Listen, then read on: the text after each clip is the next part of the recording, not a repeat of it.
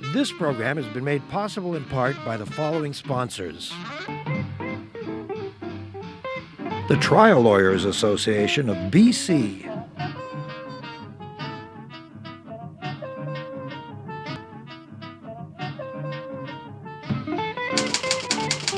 The Vancouver Courier newspaper.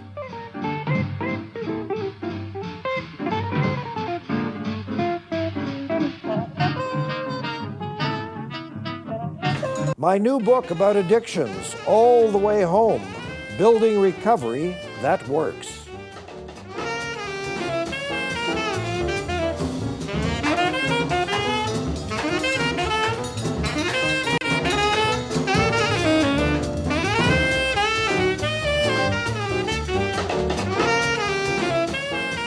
As we are recording this on the 22nd of April, by now you will know, of course, that the annual 420 event of the Art Gallery was a great big blowout of one kind or another. There were thousands and thousands of people, about 60 plus ended up in the hospital.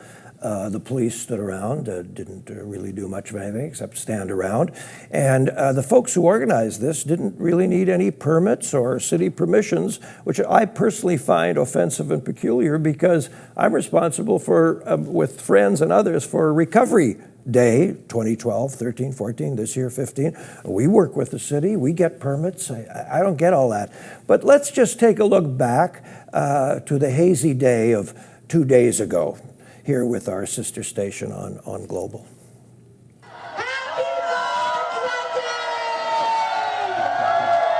It doesn't take much to get fired up for this crowd. 420 is a full-on festival. This is like my second Christmas, man. I'm waiting for this all year. I'm so stoked. Love this place. And so apparently do thousands of others. Police saying as of 3:30, 15,000 were packing the aisles, including activist Mark Emery, in town for his first Vancouver 420 since being released from a U.S. jail. I'm very grateful to be back, and more so I'm astonished at the sophistication of the 420 event really is. This just came today. Especially, he says, the vendors, close to 200 of them, showcasing the latest and greatest pot products from vaporizers to bongs and beyond. It's definitely like a trade show. I've done this. This is like the 11th year for me doing this. So it's gone from a table and just a little shindig over by that to like literally this, and it's definitely a trade show at this point. A smart approach. But the celebration seeing stiff opposition. These protesters saying 420 is only hurting partiers and the public.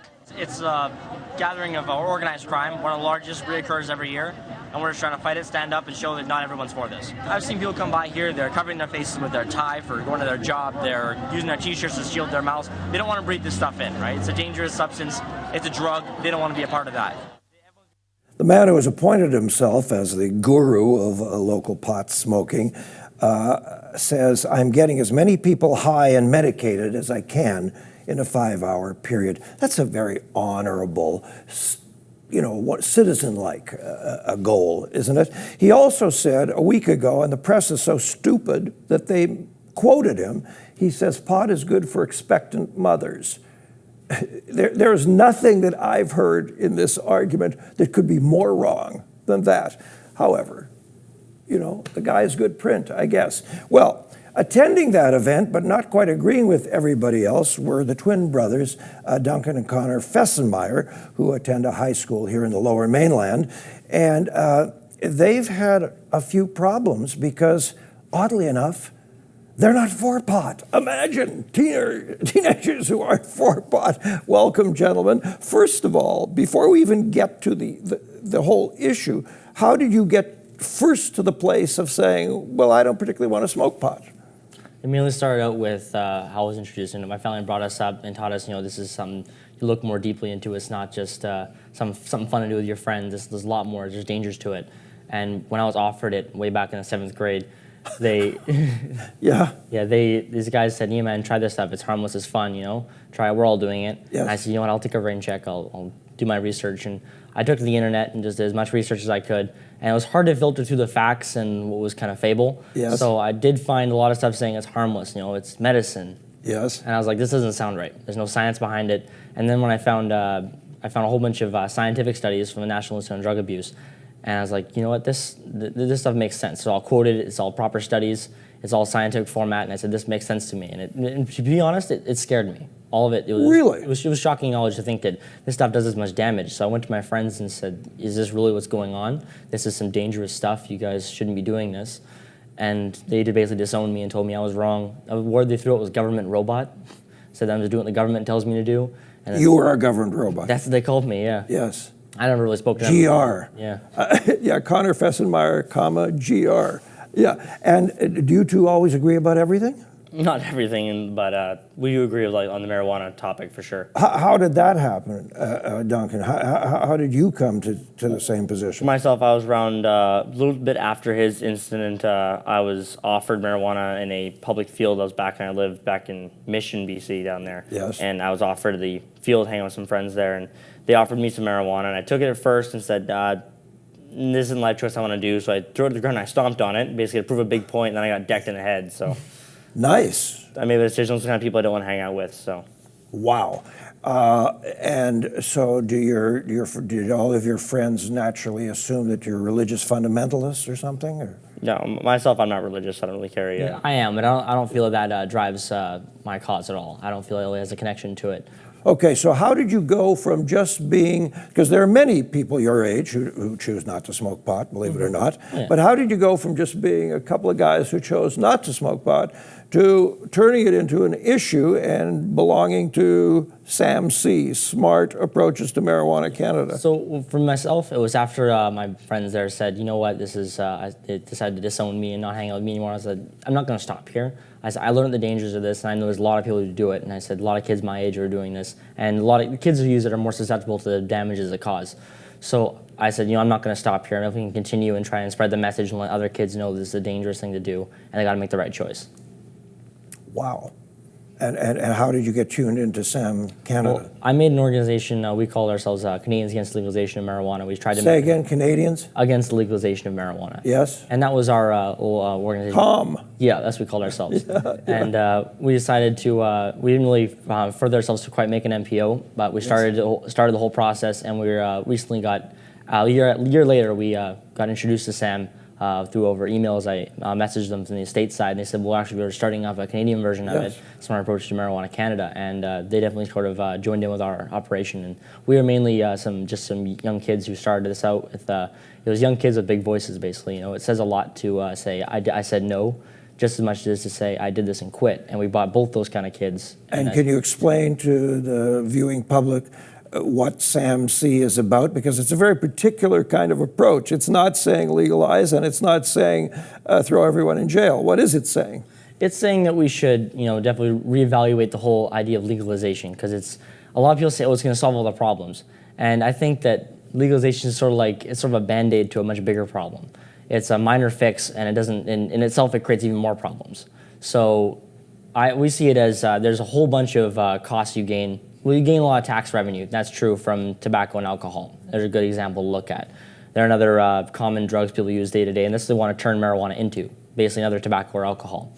And if we do that with marijuana, it's going to add to these health and social costs that come from both those other drugs on top of marijuana as well. We're only feeding the fire and adding more costs to our government and health and social costs that don't add up to the amount of tax revenue they get from alcohol and tobacco. Now, I should make a statement as a matter of public disclosure, folks, that I'm one of the founding members of SAMC, of Smart Approaches to Marijuana Canada. And so I met these young men at a meeting in a cafe the other day, and I'm really pleased with what you're doing. I think it's quite courageous. Let's get down to some of the penalties you may be paying. So you wore these two shirts to school the other day? Well, yeah, for a whole week before. And what happened?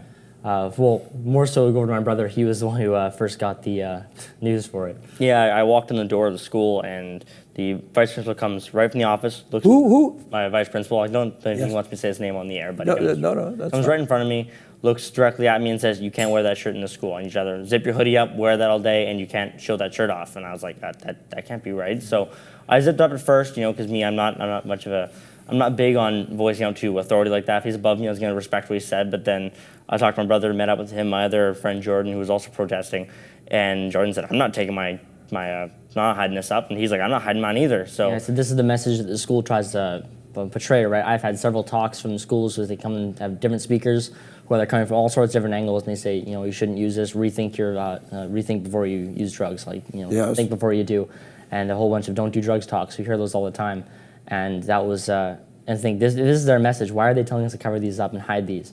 But you can wear skulls and crossbones on your T-shirts. Well, you can wear heavy metal shirts. And actually, we actually see students in school wearing pro-marijuana stuff on. They have it on their socks, on their belt buckles, or even on some of their hoodies directly cell in phone public, cases, backpacks, cell phone cases. It's just everywhere. Yeah, right? It's because I guess the white was a bright, and the bright red and the bright green stood out more, and they noticed it, but they're not paying attention. And the high school you attend is in Surrey? Yeah, that's right. Yeah, and can you estimate the percentage of students who smoke pot? Actually, the poll in the school asking around and got a decent number of the population in my school, and in that current school, the number is around 40% of the student population that doesn't. That smoke pot regularly or just has tried? That's very regularly. Different. Tried is more around 50. Well, when you say regularly, it means you do it like once a month, something like that. They're active users.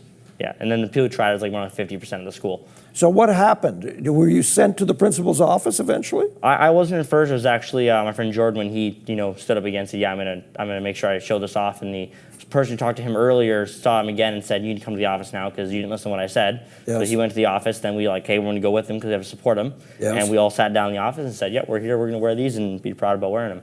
And? Well, originally they tried to convince us again to cover them up. They said that it's a misleading message to the younger students. It's misleading? What's the misleading part? That was my question. They said, not all the leaves are covered up. And originally the design was done for add depth to the logo. That was about it.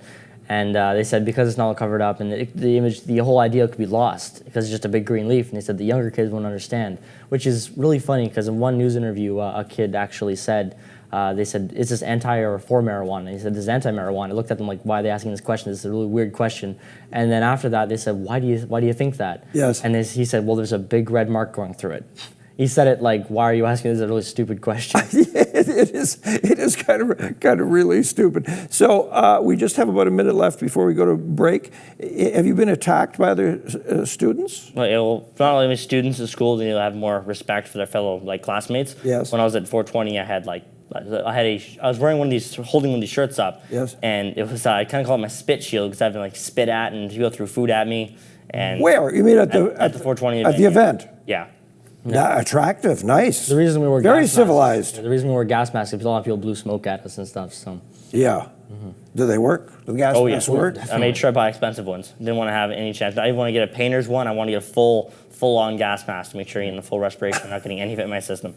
It's unbelievable. We'll just take a little break. We'll come right back. Folks, we just take a little breather. We got to light up a couple of joints. Ha, ha. Your opportunity to send us a note, davidberner.com is the address. We're always happy to hear from you until we're not. And also, opportunity for those lovely people who support us to say hello here on Shaw Community Television, Cable 4. Back in just a moment with the twin brothers Fesenmaier. This program has been made possible in part by the following sponsors. The Trial Lawyers Association of BC.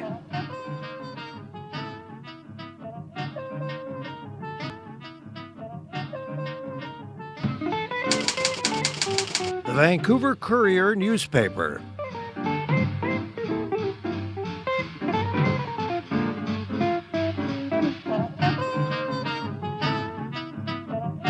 My new book about addictions, All the Way Home, Building Recovery That Works.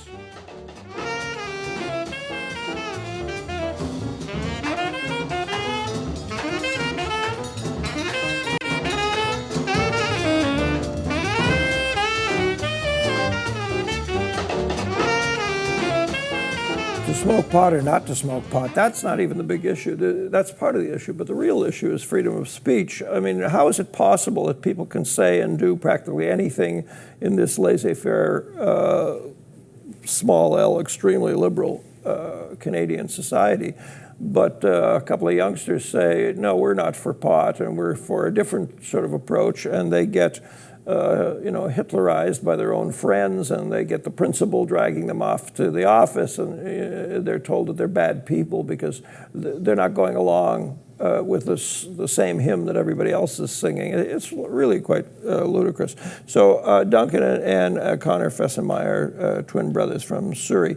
So what was your thinking as you went to the event on Monday? Well, we definitely wanted to let them know that a lot of people think that Prohibition is like the dying age, and that a lot of people who would go for the Prohibition are like an older community from the old, as they say, the Reefer Madness days. Yes. And science has come a long way from that, and it only strengthens our side of the argument. And I wanted to show that young people are definitely against this, and that we don't stand for it. We're not going to let it happen.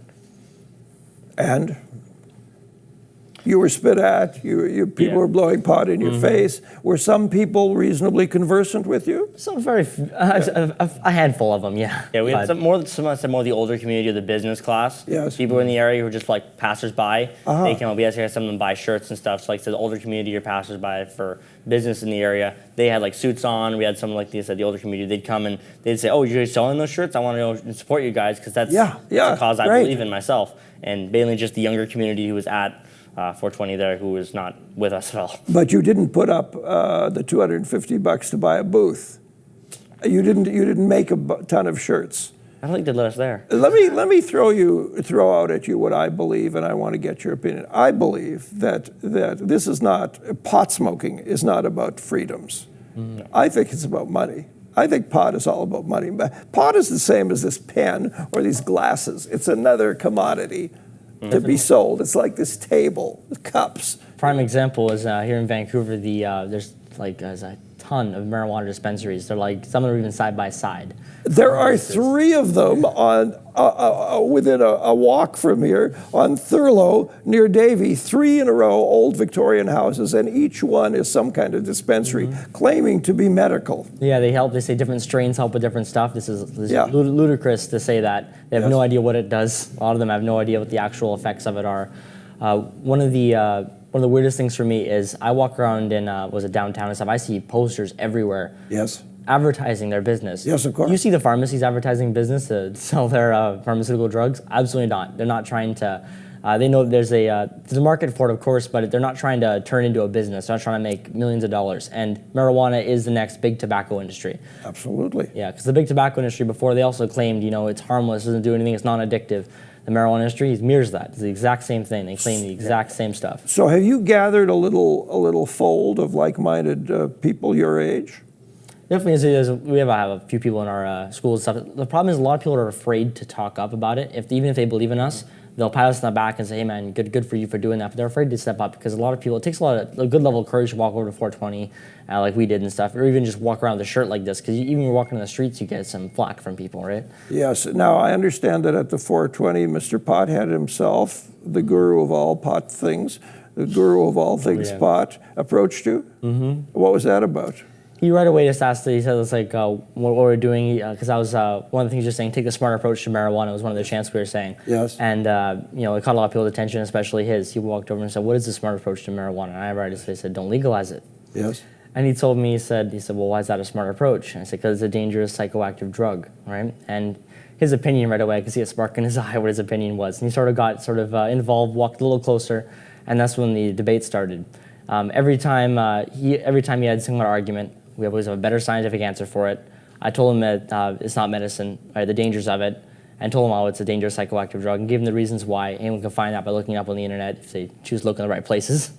But he continued to go on. He started, especially the moment, you find this a lot with whenever talking to people on the internet about it. They go right away to insults and like threats. He did use an insult. He called me it was a well-rounded one. He said I was basically called me like pretentious? Yeah, it was a pretentious prohibitionist. A pretentious prohibitionist. Yeah. That could be a good movie title. Yeah, and then you got into some questions about his sexual prowess. Yeah, he then said, he said, so you're against all drugs? And I said, I try not to use drugs or alcohol. I'm against tobacco and stuff, and I don't like. I try to avoid using pharmaceutical drugs if I don't have to use them. Yes. Right? And he said, so you're against all drugs? And I said, for the most part. And he said, so what if I had to take Viagra? And I said, you know what, man, if you have problems getting it up, that's your problem. Go ahead. I'm not going to stop you. And even his own followers laughed at him, which that was a rewarding moment because he had. Well, he is getting on, 56. That's old. That's it's hard to get it up that age. So, you see a political movement here? Do you see? What other things are you going to try to get done? Well, we just basically want more kids our age, or even adults who are against legalization, to stand up and say, "Yeah, I am against legalization," and put that forward so that people can see and go, "Okay, this isn't just," because there's a lie right now that goes all around Vancouver saying that 75% of the population of Vancouver is pro legalization, which is just a not total true. crock. But the other part of smart approaches to marijuana, part of it is don't legalize, but the other part is let's not criminalize people who are doing really petty things. Let's not put people in jail for long periods of time. And this guy himself, the so-called Prince of Pot, just spent 4 years in an American prison. And we don't wish that on, I certainly don't wish that on anyone, including him. I think he's a big dope and wasting everybody's time. But I think it's tragic that he had to spend 4 years in jail. Well, he was technically dealing drugs. Yes, I understand. So, from my opinion, is drug dealers and the low ends, even when the DEA arrests somebody, they don't go and arrest a dealer. They ask the dealer, say, "Hey, we'll give you a break. We'll let you go free if you give us your supplier." And they keep moving the chain like that. Yeah. They want to take out the big guy on the top. That's the same thing with Emery. He was the one selling the seeds online, and that's why they nailed him for it. Yeah, and he was doing that deliberately in the face of the law because he wanted to make a point. Yeah. And in his own sort of warped way, that was kind of courageous and nutty, but courageous. So you don't want to see your high school friends being arrested and sent to jail because they smoke a joint. What do you want? But further, the better thing is not saying, probably want to fortifying the criminalization of it in a way of saying. Say that sentence again. Fortifying the criminalization of it in a way of saying, not putting handcuffs on you, wasting you in the police station, handcuffs in the jail cell for a night, and then call your parents to pick you up. Yes. It's more or less just say, write you a fine, say, here's your fine, call them your parents, your son's smoking drugs, and here's a fine, and you should take that deal with that, and get him to somewhere where he can learn the facts and get him to stop doing that. And basically finding people more or less because, hey, here's a $500 fine, learn your lesson, or keep going up every time saying, here's a way to learn your lesson, stop what you're doing that's wrong, instead of throwing them in jail or, like I said, or wasting police efforts on them. Yeah, what was your sense of the police at the event? Well, they definitely kept it contained. They do a good job there, watching over everything. Good. Yeah, they kind of they do a good job maintaining the traffic and stuff because it does disrupt a lot of traffic because a lot of people just kind of not paying attention to the street signs walking to the middle of the road.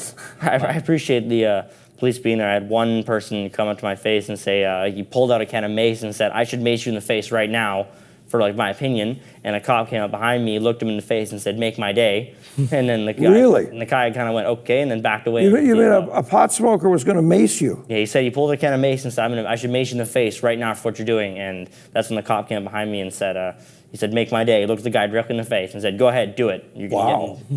Now, on the other hand, I would say, for me, I was very disappointed in the reaction, the subsequent reaction of the mayor, who kind of shrugged his shoulders and said, well, there's nothing we can really do. What do you mean there's nothing you can do? I straight up argue with that. I think that there's a point when they start slowly coming in to set this whole thing up. Yes. If the police come in before that and send them on their way and threaten to ticket them and say, hey, we'll confiscate your illegal drugs and we'll ticket you, and they'll send them on their way, they can prevent them from even starting the whole thing.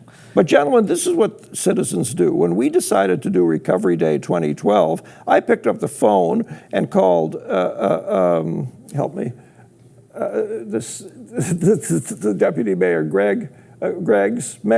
Jeff Meggs, sorry, and said, Jeff, we want to do this event, what do we do? And he said, well, you work with the events department and so on.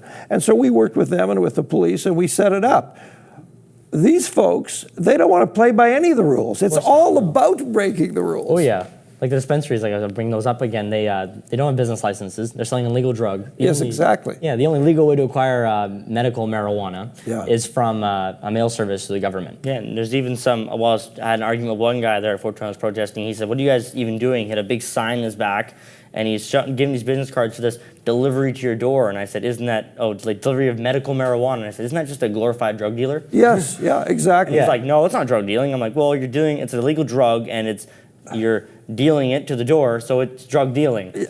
So you didn't see the correlation. So. Shame on you for Yeah, like my main argument is they've already made synthetic versions or derived versions of marijuana, because it does have some potential medical benefits, but the negatives outweigh the positives, and that's why it's not FDA approved. These drugs, however, they've made, the pharmaceuticals, are FDA approved, they're safe, they have no high. Why are people still using medical marijuana instead of using these drugs?